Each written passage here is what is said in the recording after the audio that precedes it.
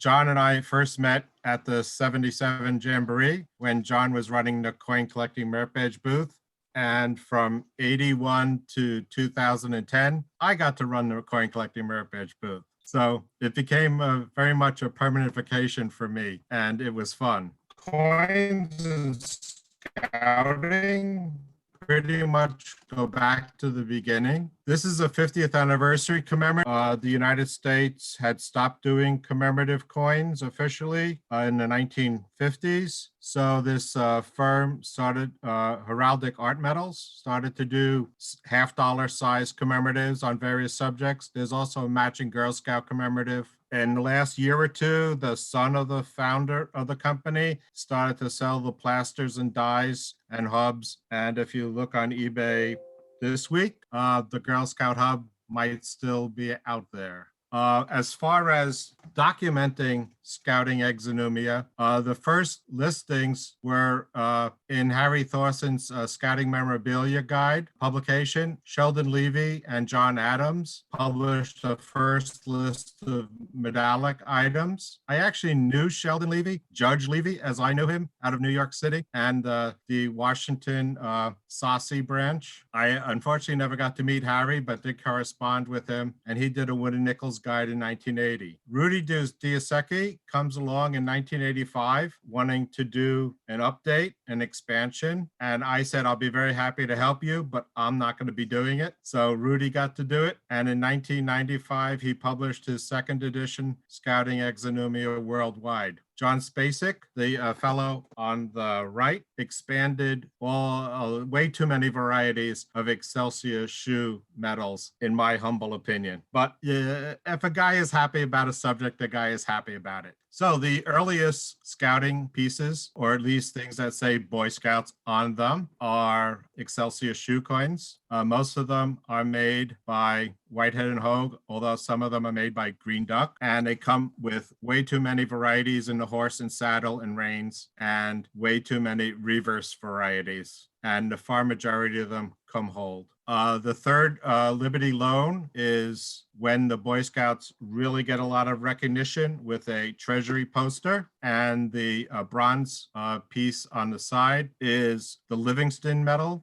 It was awarded in gold. The gold one was documented by Harry Thorson, but I've kind of lost track of it. Sorry. And the large item for Granite City, Illinois, is about 15 inches in size, a little bigger than a medal. It's a wall plaque, but really spectacular in its artistic appeal. Two of them have appeared on eBay from different cities in the last 15 years. One of them, a third one, is in the collection of the North Star Museum in St. Paul, Minnesota. Some other early pre-1920 issues come out, again, a shoe company, and then the center one, a Rotary Club medal for a small town in Morris, Illinois, and then a undated and pretty plain standing scout figure as the third in brass. There have been a recent counterfeit, I think, that has come to light of the standing Boy Scout medal. The 1920s bring about a big boon. The Milwaukee Boy Scouts has a father and son banquet with probably close to 500 kids and fathers. And along with that, there's probably 12 different medals that this is struck in. This is a white metal version, and then a bronze, and then there's all sorts of other off-metal strikes. And another cool little item is this BSA key tag. Unfortunately not engraved, but still nice and early. This 1932 medal was issued by a group honoring Dan Beard, and it was supposed to be presented annually to the outstanding scout of Kentucky. From 1932 through about 1936, there are mentions of the medal being presented at a big statewide camporee held in the state capitol. But after that time, very little is mentioned of the medal. So I don't know if it was supposed to be made one for 100 years, struck 100 of them, but I don't know if that many were ever distributed, and it's too bad. The first National Jamboree brings about a small commemorative. It's about the size of a quarter from Salt Lake Council as a promotional item and a hopeful giveaway, but sadly, it didn't get to give them away. In Manitowoc, Wisconsin, which is about 100 miles from where I live now, the scout troop from that council did an encased cent. And then for the 1939 World's Fair in New York City, the scout exhibit had for sale these elongated cents. Elongated cents were first introduced at the Columbian Exposition of 1892, 1893 as a souvenir type item. It's only 40 years after they were first introduced. So it's pretty neat that somebody decided to do a scout themed one that early. Trade tokens are an interesting specialty. Owassapee out here in Chicago Council, Michigan, if you prefer, because that's where the camp really is, issued tokens at the trading post in a variety of dye works and denominations and shapes from about 1946 to about 1960. And then Treasure Island and the Philadelphia area seems to have had a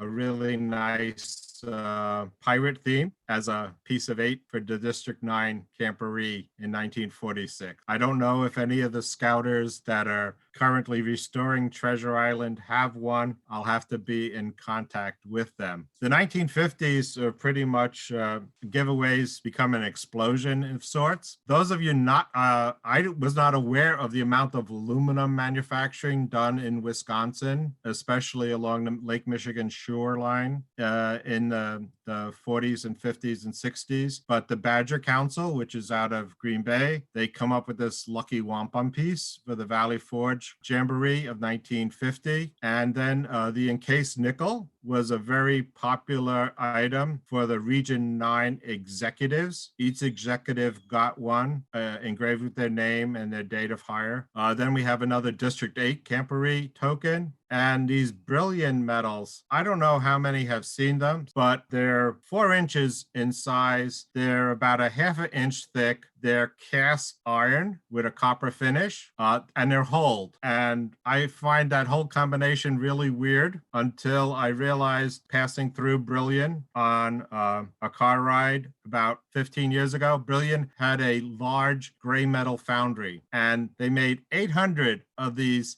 medallions for distribution to the kids and the adults that were at the camporee. And it's actually documented in the local newspaper about the camporee event. The Society of Medalists were a group that sponsored art medals. And in 1952, Carl Gruppe, a sculptor out of Long Island, New York, proposed the theme of building unity with the youth of the scouting world. It's a nice post-war theme and a great rendering of a defiant eagle breaking the chains of bondage. In the 1960s, we have a bunch of other traders for camporees, the International Camporee in Quinnipiac Council in Connecticut. I think it's an event that's still going on in some sort. There's a 1980s medal from that event.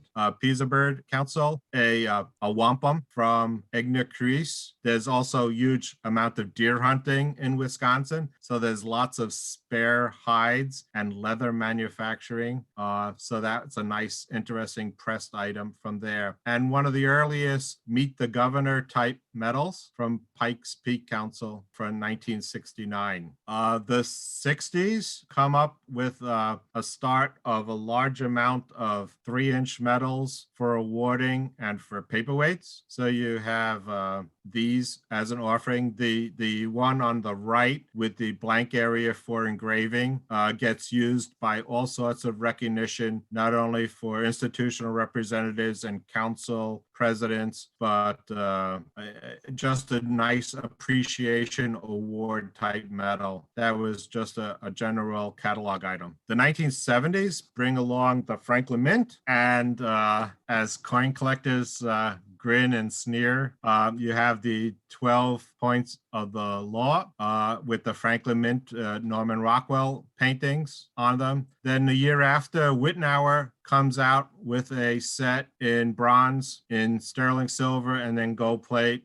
They do the Scout Oath as well as the motto and slogan on their medals. And finally, another Norman Rockwell piece is done by the Franklin Mint in his favorite Memories ingot series. And it was a design that wasn't used in the Scout Law set. People get more specialized, and as the 90s and 2000s move along, things get out of hand a little bit with the types of coins and challenge coins and elongates and silver rounds and other things that are being made. Even the Founders Award, which has been around now since the late 80s, early 90s, it has several edge varieties depending on what location metallic art company was living at the time. It starts off with an edge mark of Danbury, Connecticut. Then they go to someplace in Montana, and they end up dying and going bankrupt in the Pacific Northwest, which is kind of sad. The dies are currently with Metalcraft Mint in Green Bay, Wisconsin. I don't know if National is going to put an order through with them for future Founders Awards, but currently Metalcraft doesn't really edge mark their pieces that they strike. The National Council of the OA did a bunch of fundraising medals. They come with both varieties of the logo. There's, I think, 10 to each set. They come in different packaging. They are what they are. Then several lodges trying to be cost conscious came up with plastic tokens in the early 80s. A fellow privately made these. His name was Ray Dillard, and for most of the Michigan NOACs, he had a rolling press in one of the exhibit rooms, and he would roll cents out. That was kind of nice. And then certainly having the Jamborees at AP Hill for 5 Jamborees straight introduced a lot of people to challenge coins, and thus the challenge coin craze hit the Boy Scout community. Some other interesting paperweights. Some are fundraising, some are quite generic, some are commemorative. A lot of them come with a screw back in the center to be affixed to plaques. If you're looking for tokens, you tend not to like the paperweight. If you're looking for paperweights, you tend not to like the tokens. I try and stay from the want it all phase. Years of therapy has taught me not to want it all. Some smaller medals. National Capital Area Council had some really great designs. They did a Ford, an Arleigh Burke, and I believe a Reagan as fundraiser rounds. The Centennial of the Scouting Program came out with a bunch of other paperweights and smaller items and things that fit into bolos. And then Mike Call I got to meet Mike just through emails. He was a college student out in Utah, and he, as part of his art classes, did a whole bunch of scouting theme medals, but he kind of stopped it all and has vanished, and that's too bad. But again, we go back to challenge coins and things. So here we have a display of way too many challenge coins, some with good enameling. And I can't even say enameling. It's not enameling at all. It's what they call room temperature vulcanizing, RTV vulcanizing paints. They're acrylic paints that dry, and they're a little harder than real paints, wall paints, but they're certainly not enameling. Enameling would be baked glass and require heat, and none of these get that. The ones done with the portraits are another special applique that gets done after the regular item is struck and has a patina to it. And then we have some from councils. This is on my council page in American Camp page. A Philmont one is a series of 3 or 4 different colors for 2007. The 10 Mile River one from Aquahanga is used as a fundraiser. The Camp Tosomas one, again, was used as a fundraiser for the council. They also made a 1 ounce round in an earlier incarnation. The U.S. Mint finally does come into the commemorative action with a 2010 dollar coin. This was a sort of a foretelling of things to come photo in the image of the coin. It's something that they pushed for. I got to see the 12 runner-up designs, and this wouldn't have been the one I picked, but it was the one that the Boy Scouts wanted, so it was the one the Boy Scouts got. So much for art and politics. The problem with coins, and this was Rudy's problem with his book. He originally wanted things that did not include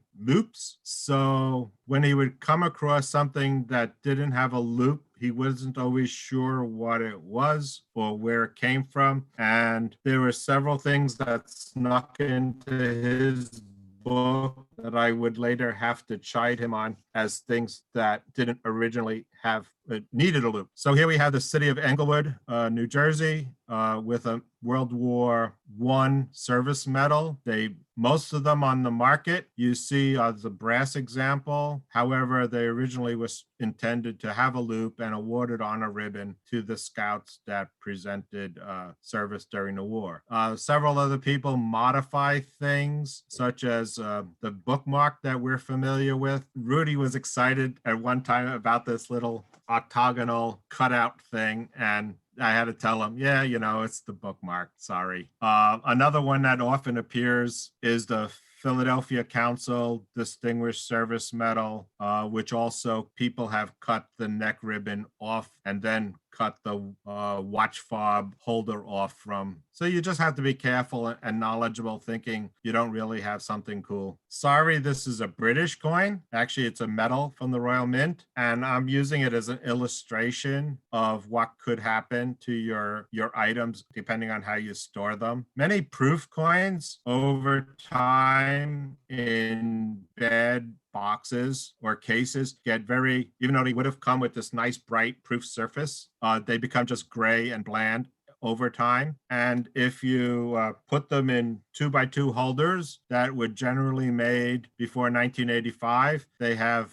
polyvinyl chloride in them, which is an evil chemical reaction, especially on copper, but on other things too. And you get this greenish film that comes off the metal. And I shouldn't say it's better coins through chemistry, but with a little work, and I didn't even finish the work on this piece before I'm using it for the image, but you could see you could regain that proof-like surface and still maintain the frosted highlights with just some chemicals.